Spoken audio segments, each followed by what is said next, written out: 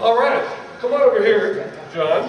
This is where I think we can be somewhat visible. For over 25 years, our dedicated and internationally recognized safety consultant, John Meola, has provided safety engineering services and education to the highway maintenance, construction, and other industries. For over a decade, I've had the privilege of working with John personally as he has provided his targeted safety advice to the power sweeping industry by American Sweeper, which is now, because of growth, become World Sweeper, and the worldsweeper.com website and the World Sweeping Association.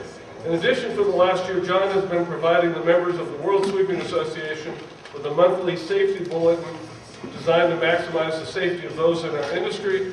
And for that, I would like to present him with a certificate that says thank you for being our 2015 safety consultant. He is a published author and regular contributor to our gracious host, Pavement Today, and ForConstructionPros.com, several other trade publications. He is also an adjunct instructor in safety engineering at the Virginia Commonwealth University in Richmond. His official title is Safety Director for Pillar Engineers, an interstate highway maintenance specialist that are located in Richmond and Whiteville, Virginia. And it is with great pleasure that on behalf of our World Sweeping Association, I introduce you to John Meola, and I'll take a picture later. Okay, fantastic. Thank All right, you. round of applause, give this man a lot to deserve. Thank you. I've known Ranger a long time and been associated with the industry, and I can tell you the services that we provide, it's a tough business. It's not an easy business, you know that. But we've kind of grown up and we've seen technological improvements, we've seen administrative, we've seen legal, we've seen equipment, a lot of equipment improvements. Well, we've also seen a huge increase in safety awareness and prevention measures. So the folks that run the conference said, Meola, come to the conference, share some of this, give us some ideas. You've got to realize that the industry we represent it's a huge industry, and and it's dominated by smaller companies of 0 to 50, 0 to 75. You know, it's mom and pop. Well, there's a lot of things happening right now. We've got a generational shift going on in a lot of cases where the mom and dad that worked really hard in the 50s and 60s and 70s, they're kind of spending the winters in Florida now, and the next generation's taking over and trying to move the company forward. I see this a lot. I've got clients in Richmond, Virginia, where it's father to son or father to sons, and there's some generational conflicts going on, such as, well, why do we need that safety stuff? Well, we never had that before. We don't need that safety stuff. Well, the younger generation has been in jobs where it's saying, don't even bid this job unless you've got a safety program that is on steroids. Don't come in here with a book with some piece of paper and some dog-eared stuff and say, yeah, that's my program. We want to see, these are the customers that are asking for it. And by the customers, I'm talking about Dominion Power, Healthcare Corp, HCA, people that are building big complexes, big earthwork projects, a lot of pavement, a lot of striping going in, huge parking lots, multi-year developments in some cases. These are the people that are asking it. Mineral sands mine in Stony Creek, Virginia. They're mining the banks of the Nottoway River. It's an Australian mining company that told my guy, the biggest dirt mover in Virginia, he says, don't even come in here unless you've got a safety program that meets ISO 9000 or ISO 33000 standards, which is a very tough standard to have, and he's got to do that. And the guy had a few pieces of paper, and he did his first aid training, and he did a few things. He said, Meola, I can't survive with this. I need to take it to the next level. So our industry is going through a little bit of generational shift. It's mostly good. We'll come out of it stronger. The folks that are paying attention, the folks that came to this seminar today, are going to be learning some of the techniques to make this go forward on the new set of rules. And I can tell you they were driven by a lot of motivation. Some of it was regulatory. If you have questions and they can be brief, you can shout them out. If you want to wait till the end, we'll try to leave some time to talk. See if we bounce forward. Can we go forward? If you read the roster of today's program, where's my book? No, the other book. Oh, right here. If you read the roster of the conference programs, the word best practices appears like 3 or 4 times. The word leadership, the word safety appears 3 or 4 times. I just made a laundry list myself that the industry recognizes and is addressing. Danny, we went overboard. Look at it. It's oversized. Can we shrink it down? Is that better? Okay. Yeah, best practices. You'll see it represented. There's like 8 or 10 sessions devoted. How about night work? There's a whole session devoted to night work. And I can tell you, if you are doing night work, your safety program needs to be beyond just the basic 9 to 5 daytime guy. Because night work brings in a whole separate set of safety factors to be aware of. We'll touch on them briefly. But these are the things that have been identified. Bilingual. One of the folks already asked about bilingual, and there's links built in. Now, they're not, clickable links, obviously, in this book, but there are links. Everything is out there on the internet that you just need to use a very fine sieve to get to the right stuff. But bilingual safety information, we hear that a lot, saying, hey, how am I going to translate this for my folks? It's already done for you. The links are there, and we're going to look at them very briefly. But those state plans, actually, I think New York State Insurance Fund, Florida, California, and I believe Ohio has done a phenomenal job translating all of their safety meeting topics, safety manuals, regulatory information. It's all been translated. I think we've got, okay, this is basically introductory. We're not going to spend a lot of time. Does everyone understand what their insurance EMF is? Experience modification factor. It's a big dollar sign in your organization.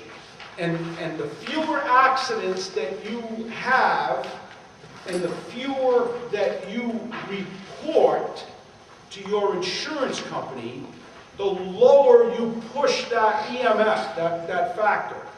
You want it definitely below 1.0. 1.0 is the break-even point where your customer is going to look at your certified copy of your modification. We just did traded one yesterday. We had a trade one, proof of coverage, and our insurance mod. The customer is going to scrutinize.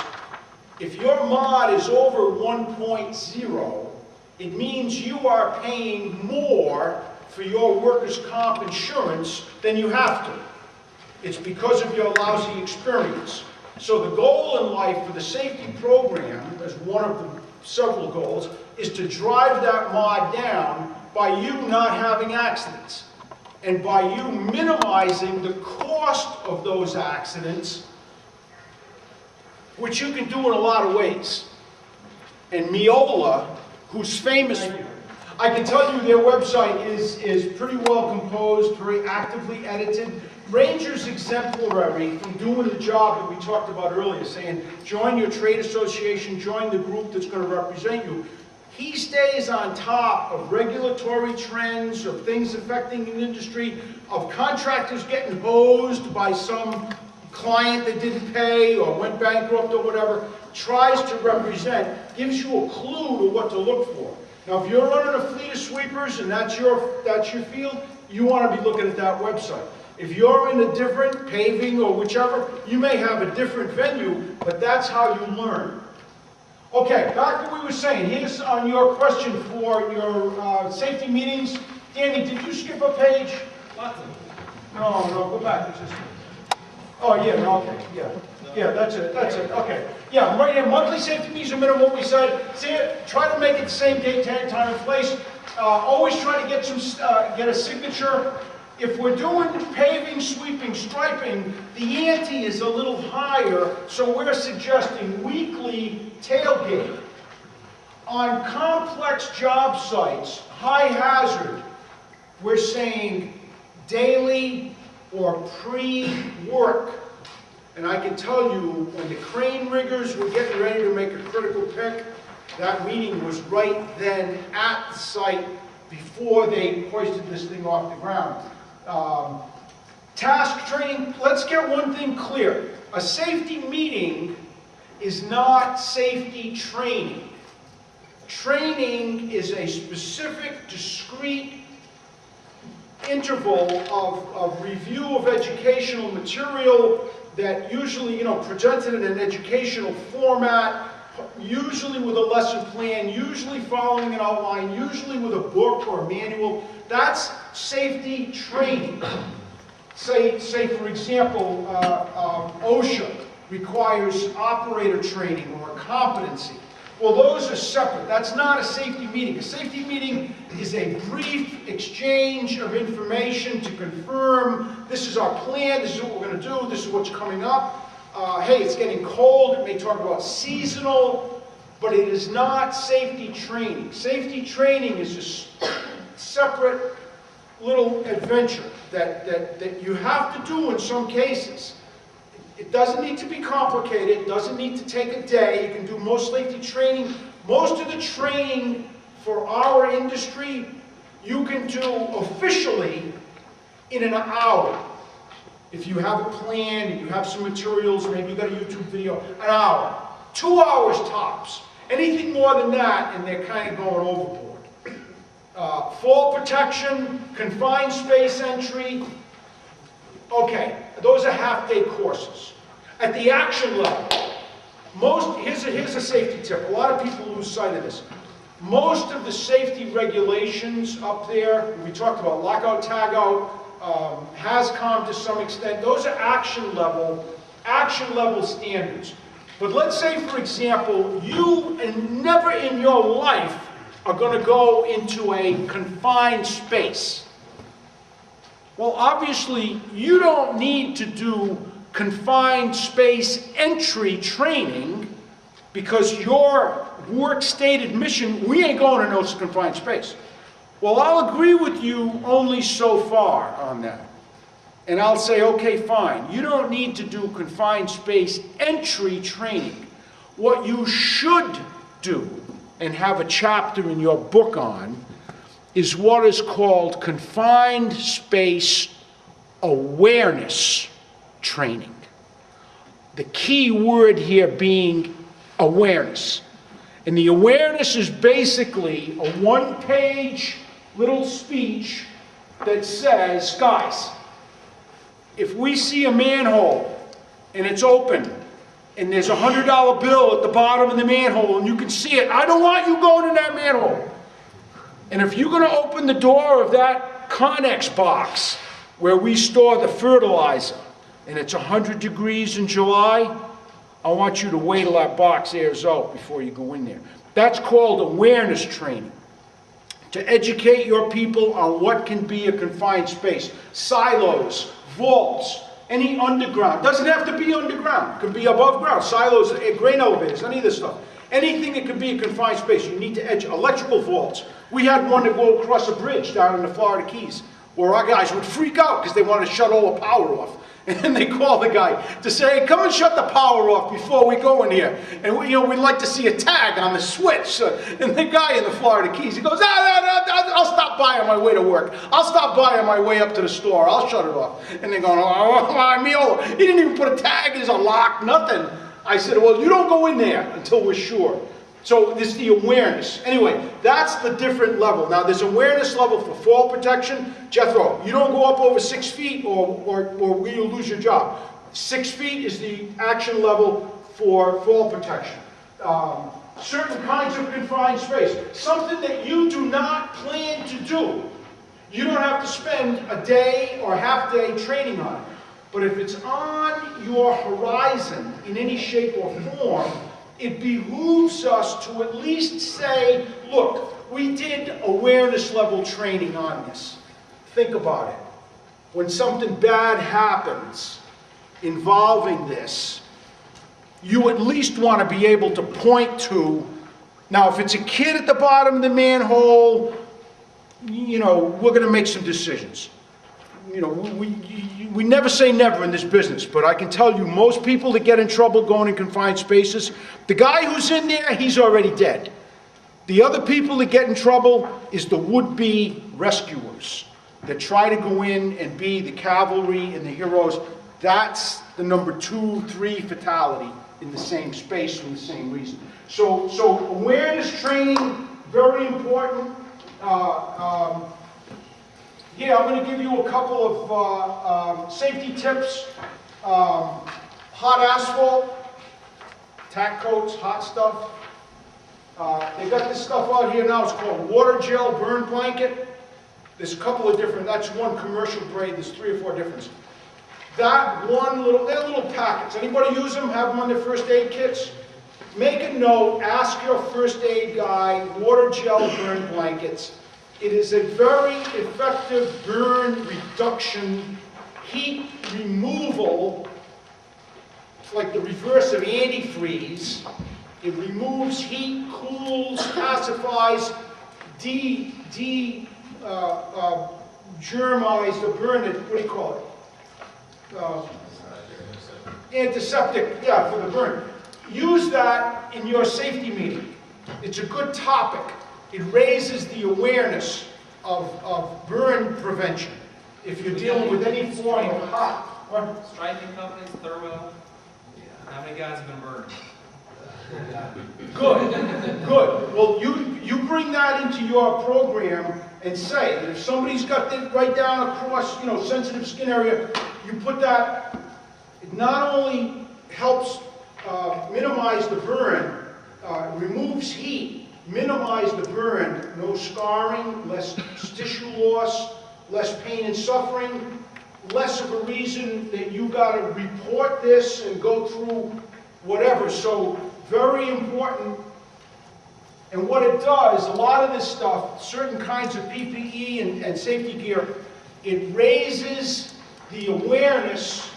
That's why we say in a lot of cases, a more advanced program, you will have a safety committee. A committee. That's the sign of a more developed, advanced, mature program where you have a committee of representative employees who rotate on and off the committee. That's the sign that an organization has reached the level of confidence. We know how to run our business safely. We can do this. We've got rules, we've got procedures, but it's an organization that has the confidence to say, we know that our best ideas are going to come not from the ivory tower, not from OSHA, not from the insurance people or whoever. They're going to come from you. The guy on the end of that shovel. You are going to see the hazard. You're going to see the fix. You're going to see the danger. We need you to report it. We need you to say something. And if it's not the guy in the safety committee, you want to create the vehicle, the means for that average guy, the average new person, to be able to report it and say, he may not want to go to the boss. In fact, a lot of people are really nervous about going to the boss, saying, hey, listen, hey, look, I know you're busy, but I need you to, can you take a look at this? A lot of guys don't want to do that. You need to give them the co-worker next to them or the means to do that informally. So when they're sitting in the truck, they go, hey man, I got to step up on that thing again. I got to put a hole in my foot. The step was broken. Nobody wants to report it. If you start a committee, you do it gradually, you do it easily. You try to what's called incentivize the committee. And when most managers hear the word, the I word, incentivize, they get really nervous. Incentivize. How do you incentivize a safety committee? I'm going to tell you, it's really easy. You go down to Lowe's And you know that glove rack they got at Lowe's? They got like 20 different kinds of gloves. They got hot gloves and cold gloves and double lined and thermal and pinch resistant and cut resistant. You go buy a few different types of gloves and you take them to the safety meeting and you give them to your 2 or 3 safety committee members. And it's like, what are these gloves for? Well, we want you to try them out because we think they're different from the ones we're using. We want you to evaluate these gloves if they're better or worse than what we're using now, because we just might buy some more if you guys like them. And you incentivize them, you recognize their input into your overall program by saying to them, take these $20 gloves or $10 gloves and tell me what you think. You ask them for their feedback, and the impression in their mind is, well, fucking gloves, what are you for real? The impression that you're creating to them is that, holy crap, my boss thinks enough of my feedback and input to ask for my opinion. Who's ever done that before? To actually ask a person, a worker, for their opinion. We have done this with footwear, foul weather gear, winter gear, seasonal. One time we gave the safety committee in Pensacola, Florida, we used MSA V-Guard caps, hard hats. They make a sun brim for that hat. Has anyone ever seen it? It's rare. You really have to dig down and find it. The vendors don't find it. They make a sun brim for that hat that effectively turns that hat into a sombrero. It's huge. And it is a huge, I bought one up in Bethesda to keep the sun off on our parking lot job. It was incredible. We gave them to the safety committee. So now these guys are out there with these big visors on the hat. And they were like 20 bucks a pop. And it was made in Germany. I'll never forget. It was engineered to fit on that hat. And I mean, it fit on the hat. It was like a strong... And all of a sudden, it's, what? I says, well, that's my safety committee. They're evaluating protective gear. Oh, really? Well, how can I get one? Well, you have to wait till they evaluate the gear. And it was like, hey, come on, quit screwing around. I need that. I said, well, I got this safety committee for a reason. We did that winter and summer with seasonal gear, with truck gear, with you name it, jackknives and tools and gloves and PPE. But we incentivized the committee. We recognized their input. And guess who was writing all this stuff down? We had a form. Now, this was a big organization, 400 people. We had a form called Personal Protective Equipment Evaluation Form. And I got signatures from supervisors when that form went out, and it came back. And I mean, some of this was wallpaper, I admit it, but I had a file like this. No one ever made the allegation. But if anyone tried to say, you guys don't care about your PPE or whatever, that was part of my defensive paper. I had a trailer load of this stuff. It was all electronic, so it was easy, but that's an example of how you incentivize. In other words, the reciprocal of doing that means that you have been using the same gear in the same way, the same time, the same stuff forever, and it's never changed. That's the sign of a static program. It's not moving, you not moving. The good program, we're going to try something new. Well, why are we going to do that? We got nothing's wrong with that. Well, we don't know that. Maybe we've been lucky. How many folks have heard of the word continuous improvement? The ones, I think there's a couple of seminars on it actually in this party.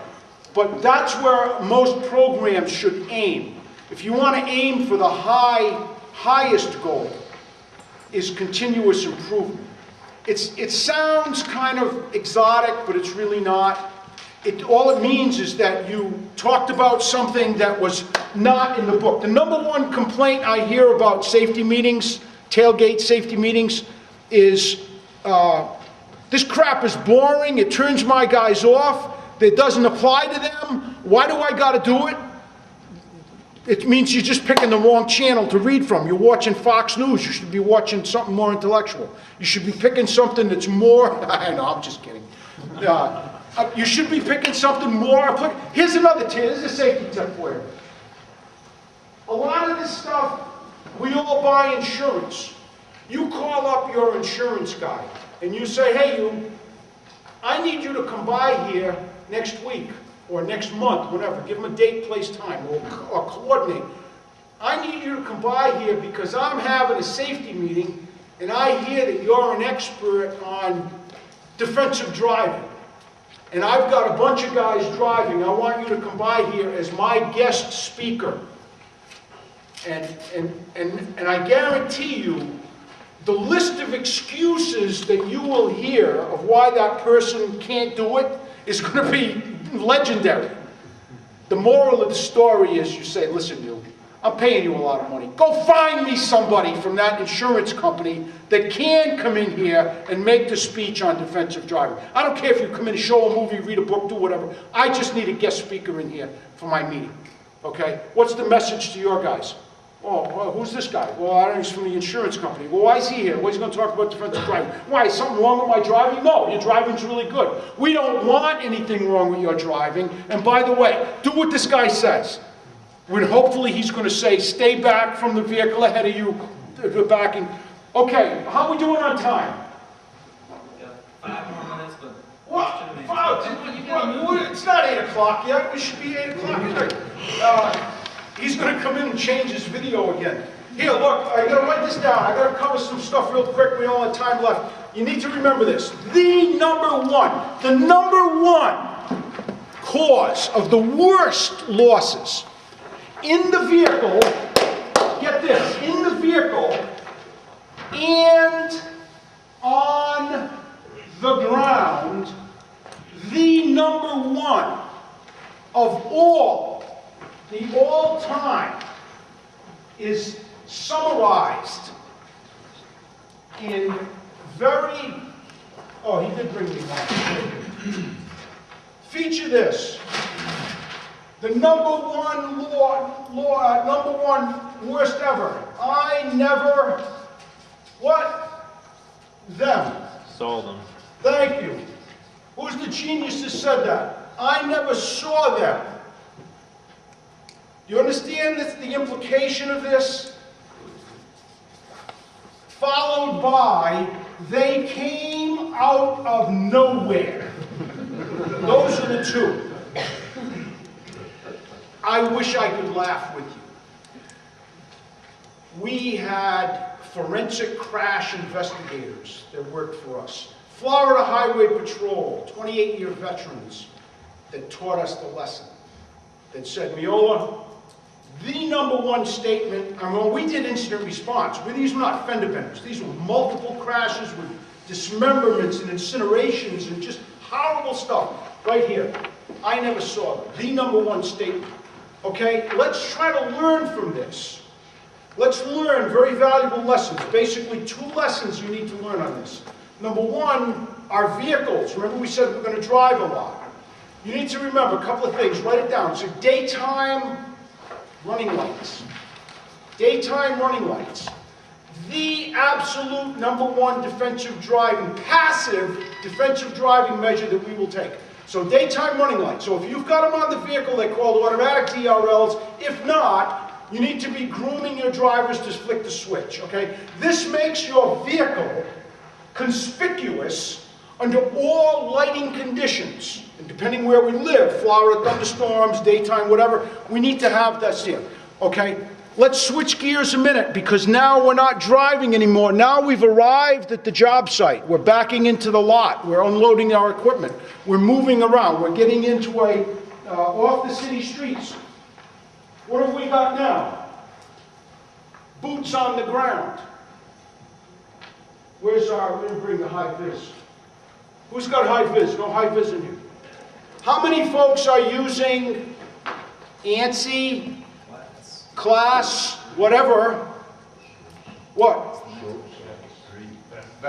Vests. The technical name is high visibility apparel. There is an ANSI standard. It's actually ANSI/ISEA, International Safety Equipment Association. The people that make this stuff have a very strict standard. It's constantly being improved. The rule we're going to follow on this is real simple. The more the better. There's minimum standards. It comes in classes, class 1, 2, 3, and then they switch. Class 1 is for low speed, Walmart parking lot, the guy that pushes the carts, he's got the little 3-panel vest, throw him away. If you got him into your house, don't get rid of him. The minimum you need is class 2, preferably class 3, which is kind of a pain because you got a little bulk of a garment, you got sleeves, class 3. But the rule to remember is the more the better. At the end of the day, the reason you do this is so that you do not become party to this. You do not become the victim of this. For the vehicle, you have the headlights. For the person on the ground, you have the high visibility apparel. Sometimes people ask, why can't I put bright lights on my person to make them more conspicuous? Because there is a rule that says you can't do it on a highway setting. Now, in a parking lot, private job, off-site, maybe you can. It follows the function of ergonomics that the human eye is light-seeking. It is attracted to light. In the vehicle, the headlights define this. The headlights define your vehicle. Not that it's a Chevy pick-em-up truck or whatever. It shows that it's a pinpoint of light at a quarter of a mile away. You can see it easily. The same reciprocal is for the human body with the high visibility. And the reason we say class 2 minimum, class 3 preferably, if it's at night, class E, which is full body, pantaloons, upper body, and in as many cases as possible, hard hat with the reflective decals. Load up on this stuff because you do not want to become victimized of this category. So visibility. That's why they say for the spotters directing vehicles backing to stay in clear areas. That's why they say for highway work zone workers to stay. How many folks work in public highways? Not many, okay, not many, but the ones that are, you know this because there's a DOT standard and there's a MUTCD, but if you're in private, and I can tell you a lot of bad stuff happens in residential, driveways, parking lots, pets, the family pet, the kids leaving bikes behind cars. I mean, not a month goes by that we don't read a horror story. Anyway, so here's what we've got. We can skip through this a little bit of OSHA stuff. Avoidance, we've talked about the state circadian rhythms right here. If we're doing night work, we want to pay attention to what's called circadian rhythms. You need to get, it's a different kind of sleep during the day. The REM sleep is different. Hydration, diet, a lot of things affect night work, and fatigue factors, and supervisory awareness. And night work, very much more demanding. Not that it's more physically demanding, but our senses are dulled, our perception is off. There's a lot of different factors. If it's seasonal, but circadian rhythms, very, very important. Giving your guys time off overnight, I mean, the workers love a double shift. Make a pile of money. I work 24 straight hours. We're pushing over 36 hours straight. I've seen all of it. And my guys that work for me, I said, you absolutely will not work for me for more than 12 hours. You will go home and you will sleep. Why? I can keep going. I got coffee, blah, blah. I said, I'm not coming home to tell your family I made you work 24 hours and you fell asleep and killed yourself or 10 other people. Right? But they'll do it. Especially, the ones that will work hard. Say, I'll do a double shift. Don't do it. Coffee, Red Bull, any of that stuff, worst ever. Hydration is water, juice, tea, lemonade. Hydration is hydration. It's not Red Bull, it's not energy drinks. Coffee only works so far. Anyway, if we're doing that, you can Google it and see. There's a lot of different websites that talk about it. Traffic controls should be present. Defensive paper, remember? Traffic controls should be present even in private parking lots, the bank, the Walmart. Traffic control should be there. Think about it. People's impression when we drive off that city street, hey, I'm in the Walmart parking lot. Customer's king. Customer can do no wrong. This is Walmart. This is Home Depot. This is Target. This is whoever. I'm in charge. I can drive the way I want. I can do whatever. You, if you're working there, you need to protect yourself. Signage, cones, barrels, something that says, look what I did, look all the protective stuff we have. So that's why most people have the impression to say, no, I'm not on a public street, I don't need it. You do need it. You do have to put it out there, even if it's off spec, at least you've got some of it. Go ahead, Dean. Any questions? We're going to be nearing the end of our prayer session. How many folks have questions? Everybody's an expert on safety? That's pretty good. What else? Okay, right here. Here's some of the links. These are the links that go back to those websites that we mentioned, either state websites or bilingual, English, Spanish. And as we mentioned, I think it's California, Florida, Texas A&M, University, what was the other one? New York. The four that I found most prominent with their translation of safety materials. So if we have Hispanic workers, that's usually a pretty good place to start. Some have videos, and there's more coming all the time because the workers come. One thing before I forget, temporary labor. Temporary labor, very popular. Very popular as a pressure relief device. We need some people in. I've got companies that actually have formed their own temp labor organizations in order to staff some of their projects. Because their insurance rate is low, because they don't have to go through a lot of rigmarole adding benefits and hiring and firing and insurance, etc., etc. However, OSHA has now identified temporary labor operations as a focus point for regulatory. If you run a temporary labor place, you had best be doing some safety training and education before you send that person out. If we hire temporary labor, OSHA has found that if there's going to be, let's say if something bad happens and there's an accident, the people that are going to get the citation from OSHA, instead of just the employer who would be the temp labor guy, now it's going to come to both. They're going to cite both the employer and the hiring group for either failure to train or whatever they can find for that OSHA thing. And there's usually a fine attached to it. You can argue the fine, you can get it reduced, but it's a lot of headache. You can avoid all that by doing the training up front, making sure that if you use temp labor, it's like, hey, have you guys done safety training for your employees? And they're usually going to say, yes, we have, but we have not done specific training in your line of work. How many folks use temp labor? I mean, if that's an issue. Okay, it doesn't seem to be a lot, but bear it in mind that the responsibility does not end just because you rented that help for the day. If you bring them in, you should have a little line of somewhere. Person was given a modified safety orientation. You covered the basics. They're obviously not going to be running equipment or driving fleet or backing up trucks. But if they're going to be shoveling, you at least talked about PPE, wearing the vest. You know, don't hurt your back when you're shoveling. Don't step in the hot asphalt, whatever. Any questions so far?